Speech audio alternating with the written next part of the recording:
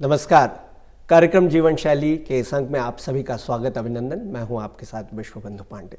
दर्शकों, जैसा कि आप सभी जानते हैं कि जीवन शैली कार्यक्रम में हम हमेशा ही ऐसे विषयों पर बातचीत करते हैं जो हमारी जीवन शैली से संबंधित होते हैं और उसे प्रभावित करते हैं। आज हम ऐसे ही एक खास विषय पर बातचीत करेंगे, लेखन का महत्व। यह विषय काफ़ी खास है और इस विषय पर बातचीत करने के लिए हमारे साथ में डॉक्टर वेणीराम अंथवाल हमारे बीच में उपस्थित हैं। सर, आपका स्वागत, अभिनंदन दूरदर्शन के स्टूडियो में। बहुत बहुत धन्यवाद, प्रणाम। डॉक्टर साहब, आप गवर्नमेंट पीजी कॉलेज कर्णप्रयाग में इतिहास के प्रवक्ता के पद पर कार्यरत हैं और अभी हाल ही के दिनों में आपकी पुस्तक औखाण, जो कि आपके लेखन से संबंधित है, इसे एशिया बुक रिकॉर्ड और इंडिया बुक रिकॉर्ड में से सम्मानित हुई है ये पुस्तक। तो इसके लिए आपको बहुत बहुत बधाई हमारी ओर से। बहुत बहुत धन्यवाद आपका। और मैं दूरदर्शन केंद्र देहरादून का और आपके सभी जो दर्शक हैं उनका बहुत बहुत दिल से हार्दिक अभिनंदन और आभार व्यक्त करता हूं कि दूरदर्शन केंद्र ने मुझे आमंत्रित करने का और यहाँ पे जो है बुलाने का मेरा सौभाग्य रहा है। डॉक्टर साहब, जैसा कि आज का हमारा एक कार्यक्रम है जीवन शैली, और इसमें आज हम लेखन के महत्व विषय पर चर्चा करेंगे।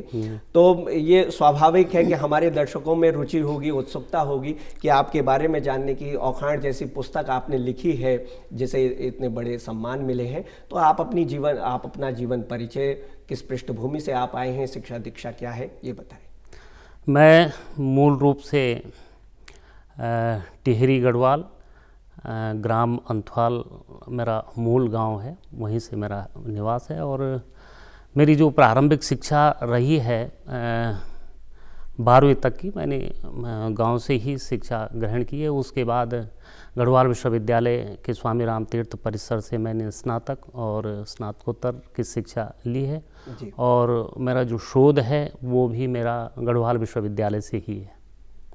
जी, लेखन का कार्य जो है ये एक महत्वपूर्ण विषय है और जीवन शैली के कार्यक्रम में आज इसे शामिल हम कर रहे हैं। तो आप क्या मानते हैं कि किस तरह का संबंध है लेखन का जीवन शैली पर, और जीवन शैली किस तरह से लेखन के कार्य से प्रभावित होती है? इस पर आप क्या कहना चाहेंगे? इस पर देखिए, मैं इस पर ये कहना चाहूँगा कि लेखन जो मानवीय सभ्यता है जी, तो मानवीय सभ्यता का विकास का जो मूल आधार है वो लेखन ही है जी। क्योंकि हम जब देखते हैं, हम पढ़ते हैं कि जो प्रागैतिहासिक काल है जिसको हम डार्क एज कहते हैं, अंधेरा युग कहते हैं, तो उस समय के बहुत सारे हमारे पास जो लेखन सामग्री प्राप्त नहीं होती है। लेकिन धीरे धीरे जब से लेखन की परंपरा शुरू हुई, चाहे वो एक आलेखन के तौर पे हुई है या शिला इसमें जो है पत्थरों पे चित्रकारी के रूप में हुआ, धीरे धीरे जब एक लिपि का विकास होना, तो हमें जो है लेखन का जीवन में बहुत बड़ा महत्व है कि हम जो कुछ समाज में घटित होता है, जो कुछ समाज में मान्यताएं हैं, परंपराएं हैं और सभ्यताओं का किस प्रकार से जो है उनका उनमें परिवर्तन होता है, वो विकास की गति किस प्रकार से उन्होंने पाई है, तो ये सब लेखन की वजह से ही संभव हो पाता है। और नई पीढ़ी को लेखन से ही अपनी जो पहले की जो परंपराएं हैं, जो व्यवस्थाएं हैं, उनके बारे में जानकारी प्राप्त हो सकती है।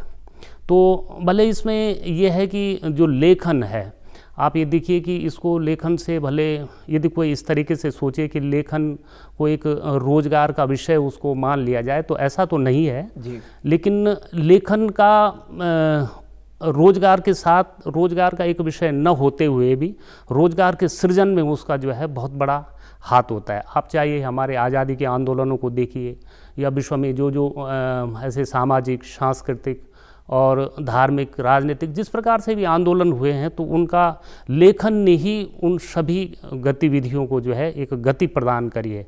आज़ादी के आंदोलन में यदि जो है राष्ट्रभक्ति के गीत नहीं लिखे जाते, क्रांतिकारी गीत नहीं लिखे जाते, तो हर युवा, नौजवान, वृद्ध, महिलाएं सब जो है सड़कों में अपनी आज़ादी के लिए इतना बड़ा संघर्ष नहीं करते।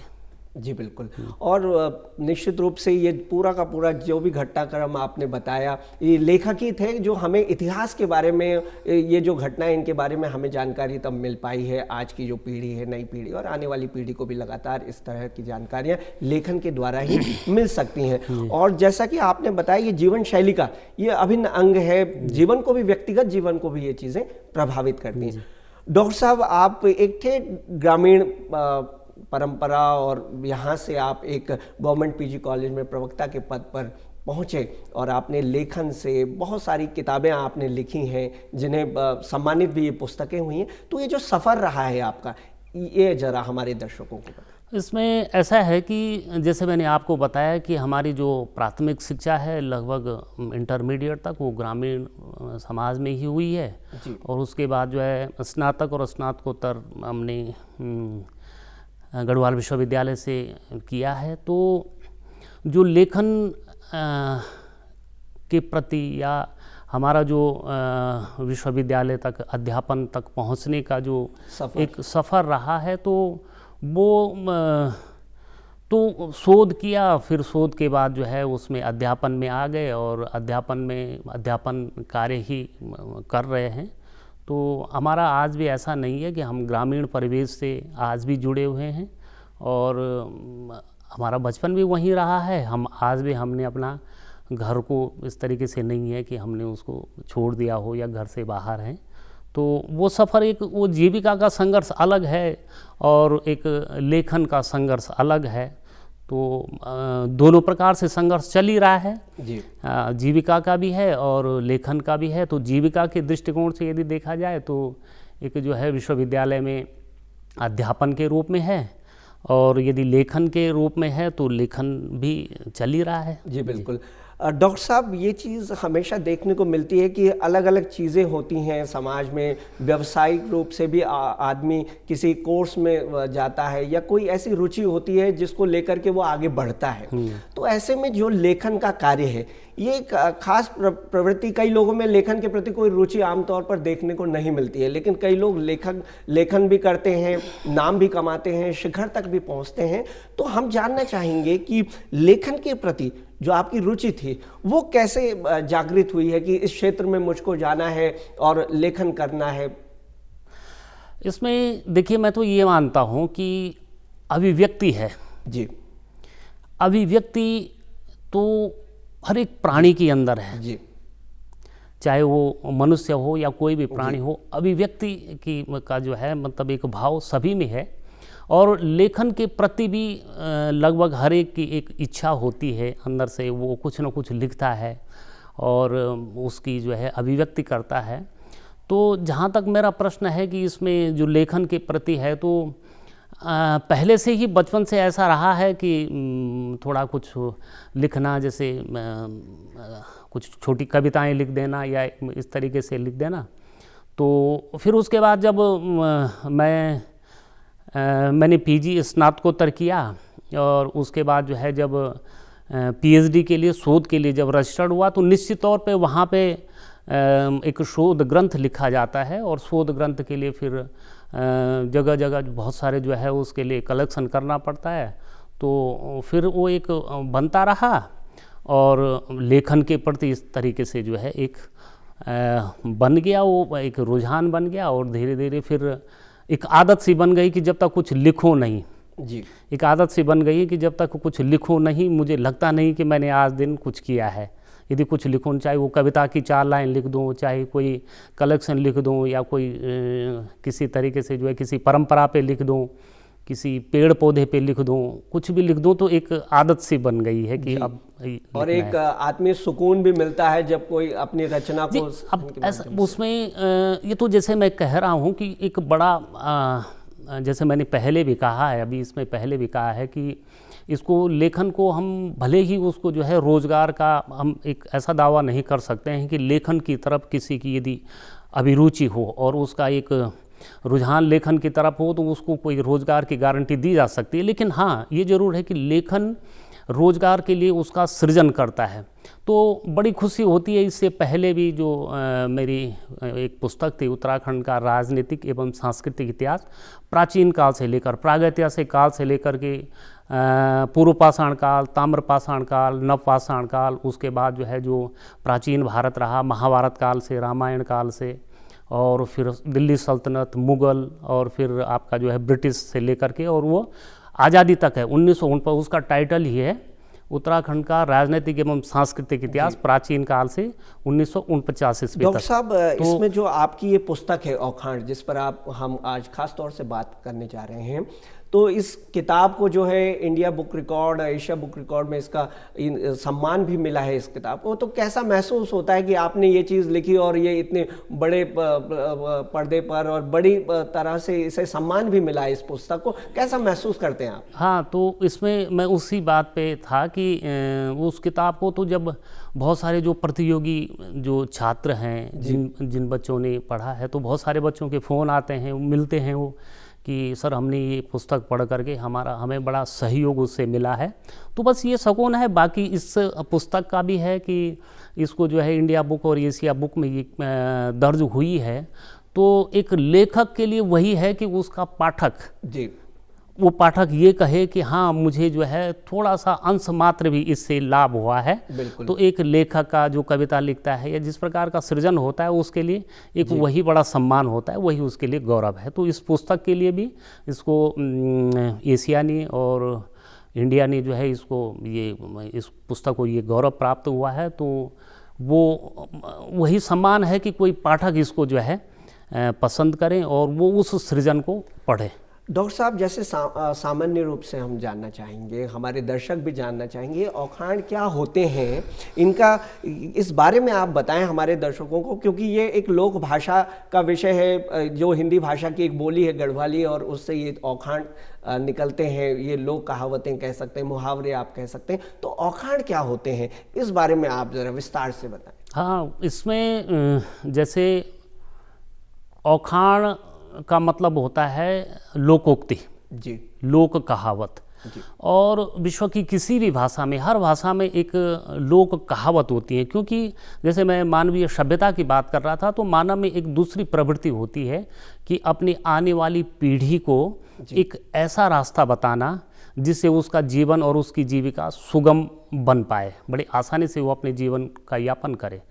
तो हमारा जो पहाड़ी परिवेश है, उत्तराखंड का जो पहाड़ी परिवेश है, तो उसमें जो है क्योंकि वहाँ का जो जीवन है और वहाँ का जो जीविका का संकट है वो बड़ा कष्टकारी है। तो वहाँ पे बच्चों को कुछ इस तरीके से दृष्टांतों के द्वारा, उदाहरणों के द्वारा, परिणामों और दुष्परिणामों के द्वारा बच्चों को ये शिक्षा देना कि नहीं ये काम नहीं करना, ये गलत है, ये काम करना है, ये ठीक है, इससे तुम आगे बढ़ोगे। तो औखाण का मतलब है लोक कहावत, लोकोक्ति।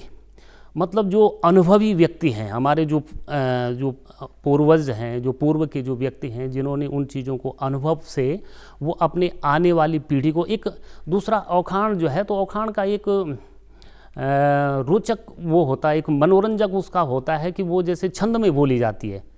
जैसे ऐसा नहीं कि वैसे तो आमतौर पे हर जो अभिभावक हैं वो बच्चों को बोलते हैं कि भाई परिश्रम करो, लेकिन वो परिश्रम करो तो एक अजीब से भाव में बोला जाता है कि वो उड़ती हुई बात। लेकिन उसको जो है औखाण को इस छंद में बोला जाता है कि वो उसके मन में रच जाती है, बस जाती है, जिसको वो शिक्षा दी जा रही है। उसको बड़ी छंद में, लय में और छोटे आकार में बहुत बड़े बृहद को, विस्तार को लेकर के, एक बड़ी घटना को बता करके, तो वो औखाण है। दूसरा ये है कि औखाण का जो हमारा जो गढ़वाली साहित्य है या गढ़वाली जो भाषा है, जैसे उसको दो उससे बना हुआ है, औ और खाण। तो हम लोग जैसे खाण खाने के लिए भी बोलते हैं, औ आने के लिए बोलते हैं, या खाण हम कई बार जो है खजाने के लिए भी बोलते हैं।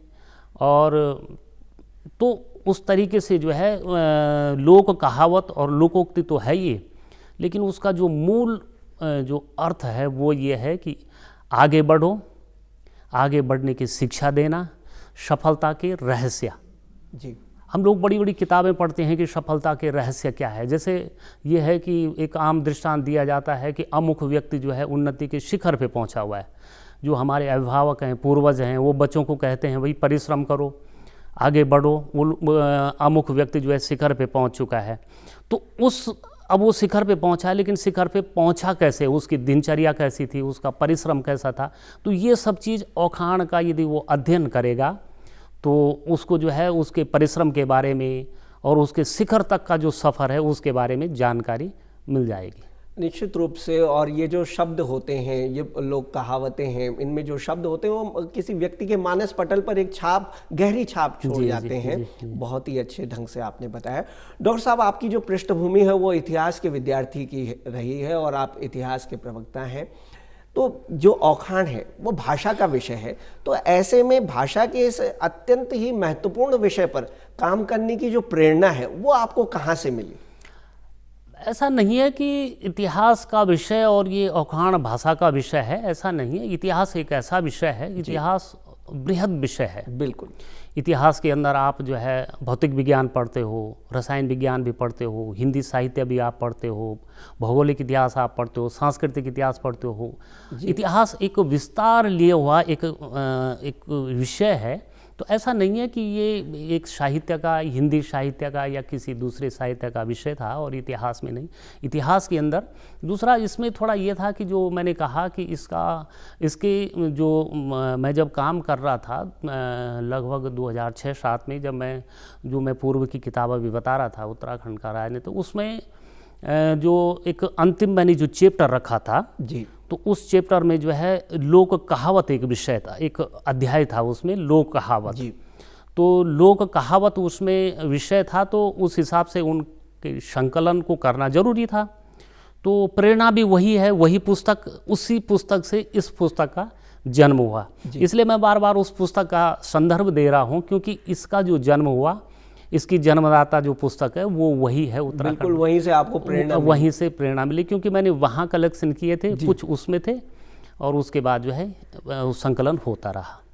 अंतुकाल जी, हमने देखा है कि पहाड़ी क्षेत्रों से पलायन जो है, लोक संस्कृति, भाषा, साहित्य और वर्तमान समय में लगता है कि काफ़ी हद तक उपेक्षा का विषय भी ये चीज़ें बनी रहती हैं। ऐसे में पहाड़ी भाषा कि जो मौलिक शब्द हैं वो धीरे धीरे अपना अस्तित्व खोते चले जा रहे हैं। जो आजकल के बच्चे हैं वो जानते तक नहीं है कि कौन से ये शब्द थे, और औखाण तो ये बहुत ही ऐसा गंभीर विषय हो गया जिसके बारे में वो समझें और जानें।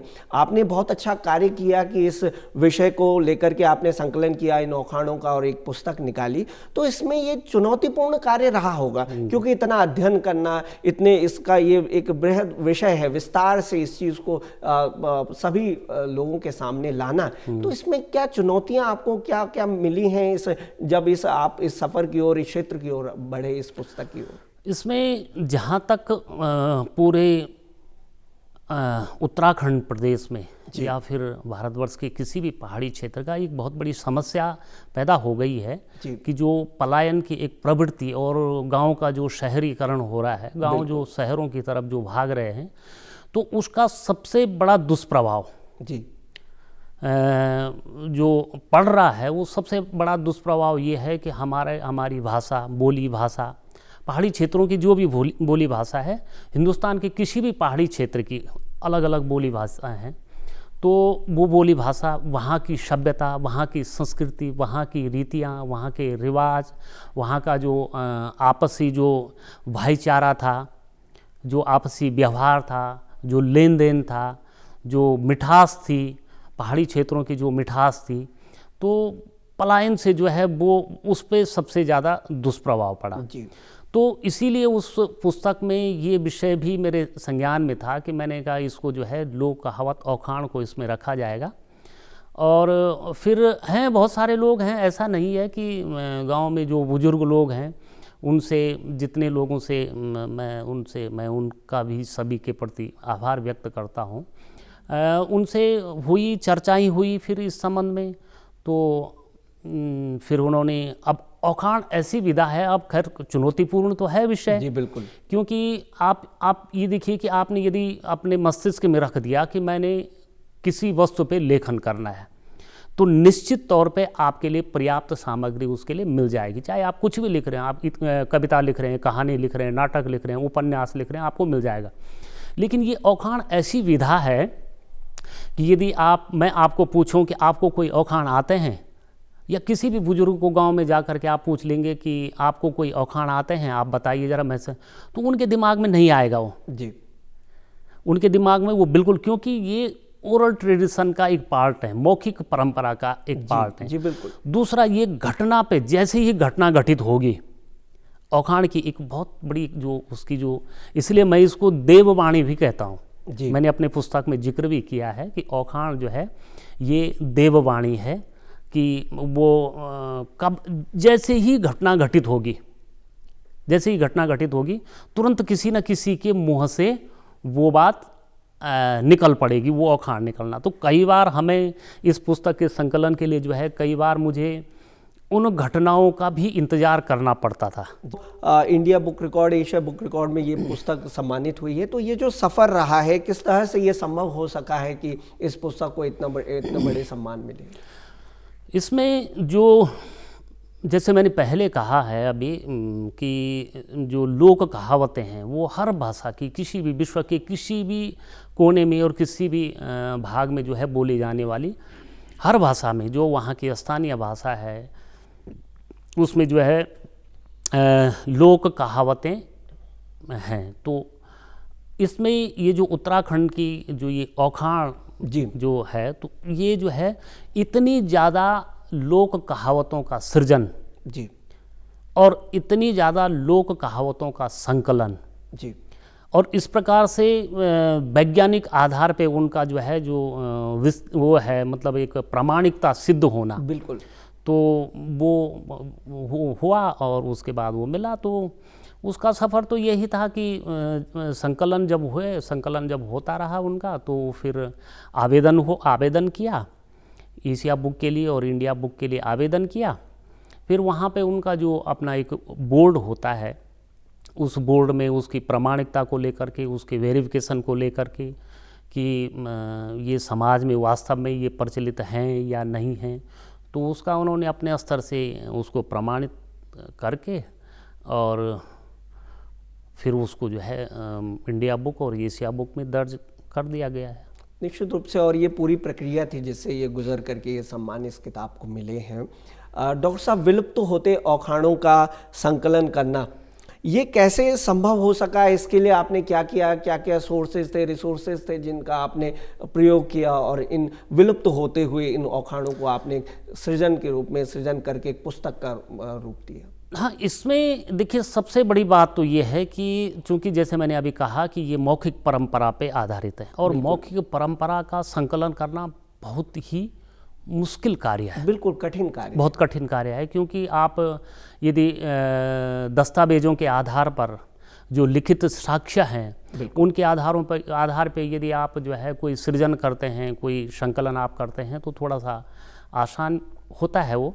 लेकिन एक मौखिक परंपरा पे, जैसे मैंने अभी कहा कि कई बार तो घटनाओं के लिए इंतज़ार करना पड़ता था कि हाँ ये घटना होगी, तो उस तरीके से ही उनका किया गया है संकलन। फिर इसमें काफ़ी लंबा समय भी लग गया, लगभग आप ये लगाइए कि 16-17 साल का संकलन ये है जी, काफ़ी लंबा समय। हाँ, क्योंकि मैंने कहा ना कि वो एक दिन में मिलने वाली चीज़ नहीं है कि हम किसी लाइब्रेरी में जा कर के और वहाँ से जो है 10 किताबें टटोल करके और उससे कुछ लिख दें, कुछ कर दें, या फिर बैठ करके कोई गीत लिख दें, कोई कविता लिख दें, ऐसा नहीं है। वो प्रामाणिक है और धरातलीय है, धरातल पे है जी। तो आपको यदि जो है किसी ब्रह्म कमल को आपको ढूंढना होगा तो आपको उसी सीजन पे जाना पड़ेगा जब। बिल्कुल बिल्कुल, तो सही बात है। आप कुछ ऐसे महत्वपूर्ण कुछ औखाण हमें बताएं, हमारे दर्शकों को अवगत कराएं, जिससे हमें इसके बारे में सीखने को मिले, जानने को मिले, ऐसे कुछ औखाण के बारे में। हाँ, इसमें खैर वैसे तो इसमें लगभग 833 औखाण हैं जी, और हर औखाण अपने में बहुत बृहद अर्थ लिए हुए हैं। बिल्कुल। मतलब उसका यदि पूरा विस्तार से उसको समझा जाए तो उसका भाव, उसका अर्थ बड़ा विस्तार का है। लेकिन कुछ हैं जैसे औखाण, मतलब एक है कि जैसे अभी पलायन पे बात हो रही थी, एक है कि नर मरिक नगर सुन। मतलब जब व्यक्ति मर गया है, व्यक्ति ने यदि मर गया या छोड़ दिया, जैसे पलायन पे लोगों ने गांव छोड़ दिए हैं, अब गांव छोड़ दिए हैं तो फिर वो नगर वीरान हो गए, खेतीबाड़ी वीरान हो गई। तो एक दृष्टांत दिया जाता था, एक बच्चों को जैसे उलाहना टाइप का दिया जाता था कि भाई यदि किसी स्थान को यदि छोड़ दिया जाता है, उस स्थान को यदि जो है वहाँ से पलायन हो जाता है, वहाँ से लोग हट जाते हैं, तो वो वीरान सी जगह हो जाती है जी।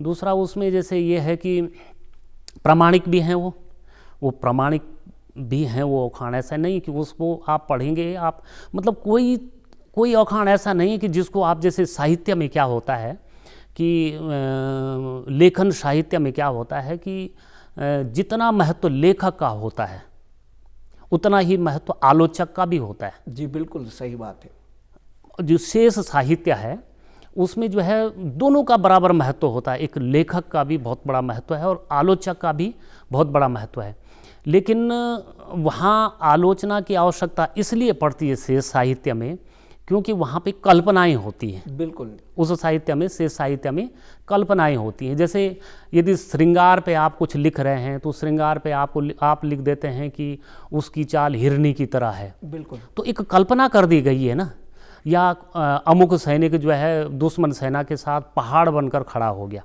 तो अतिशयोक्ति भी है, कल्पनाएं भी, इसलिए वहाँ आलोचना भी है। किसी व्यक्ति का तर्क हो सकता है कि एक आदमी पहाड़ कैसे बन सकता है, या किसी की चाल जो है हिरण की तरह कैसे हो सकती है, लेकिन यहाँ आलोचना नहीं है, इसमें आलोचना की कोई संभावना नहीं है। जैसे एक कहावत है, एक औखाण है उसमें कि कुकरो पुछीड़ न शर्म ढकोंदो जी, अन्नमा का गोड़ोंदो। अब उस तर्क को कौन काटेगा? कुत्ते की पूंछ किस काम की है? मतलब यदि हम उसको देखें तो उस कुत्ते की पूंछ काय की है, न तो वो लोक लाज को उसकी बचा पाता है जी, और न वो मक्खी मच्छर को भगा पाता है। तो जो कुछ ऐसी वस्तु के लिए, किसी ऐसे काम के लिए, निरर्थक काम के लिए बच्चों को समझा दिया जाता था कि भाई क्यों लगा हुआ है उस काम पे, वो निरर्थक काम है, उससे न तो हमें जो है कुछ लाभ, आर्थिक लाभ होना है, न कुछ और प्रकार से लाभ होना है। तो ये है जैसे जय की माया गाड़ पार तेगा बगना दिन। जी, तो था वो समाज, मतलब वो भी एक था कि किसी को, बच्चों को ये बताना कि किसी काम के लिए ऐसा नहीं है कि कंटिन्यूअस एक जोखिम भी नहीं लिया जा सकता है ना। अब ऐसा नहीं है कि हमने आज भी जोखिम ले लिया, कल भी जोखिम ले लिया, परसों भी जोखिम ले लिया, मतलब रिस्क लेने का भी एक समय सीमा होती है। तो बच्चों को उस तरीके से भी एक शिक्षा देना कि नहीं, रिस्क आप, जोखिम आप हर समय नहीं ले सकते। बिल्कुल। डॉक्टर साहब, क्या इन औखाणों को, जो आपकी जो अभिव्यक्ति है, तो इसमें कितना और किस तरह से प्रयोग करते हैं आप इस चीज़ को? औखाणों की जो अभिव्यक्ति है उसका प्रयोग तो मैं क्या, वो हर व्यक्ति का किसी न किसी, जैसे मैंने कहा ना कि पलायन के बावजूद भी भले ही लोगों का शहरीकरण हो गया है, लोग शहरों की तरफ चले गए हैं, लेकिन उसकी जो प्रासंगिकता है वो हर व्यक्ति के लिए, और हर व्यक्ति अपने जीवन में कहीं ना कहीं किसी न किसी तरीके से, चाहे शिक्षा का रूप कुछ भी हो जी, औखाण का यदि दूसरा रूप भले हो सकता है, लेकिन हमेशा जो असामाजिक कार्य है, समाज के विरुद्ध जो कार्य है उसका दंड, और जो अच्छा कार्य है उसका पुरस्कार। निश्चित रूप से। और जितने स्वाभाविक है, जब हम इन औखाणों का प्रयोग करते हैं अपने जीवन में करेंगे, और ये रचे बसे शब्द होते हैं जो आते हैं मुहावरों के रूप में, लोक कहावत के रूप में।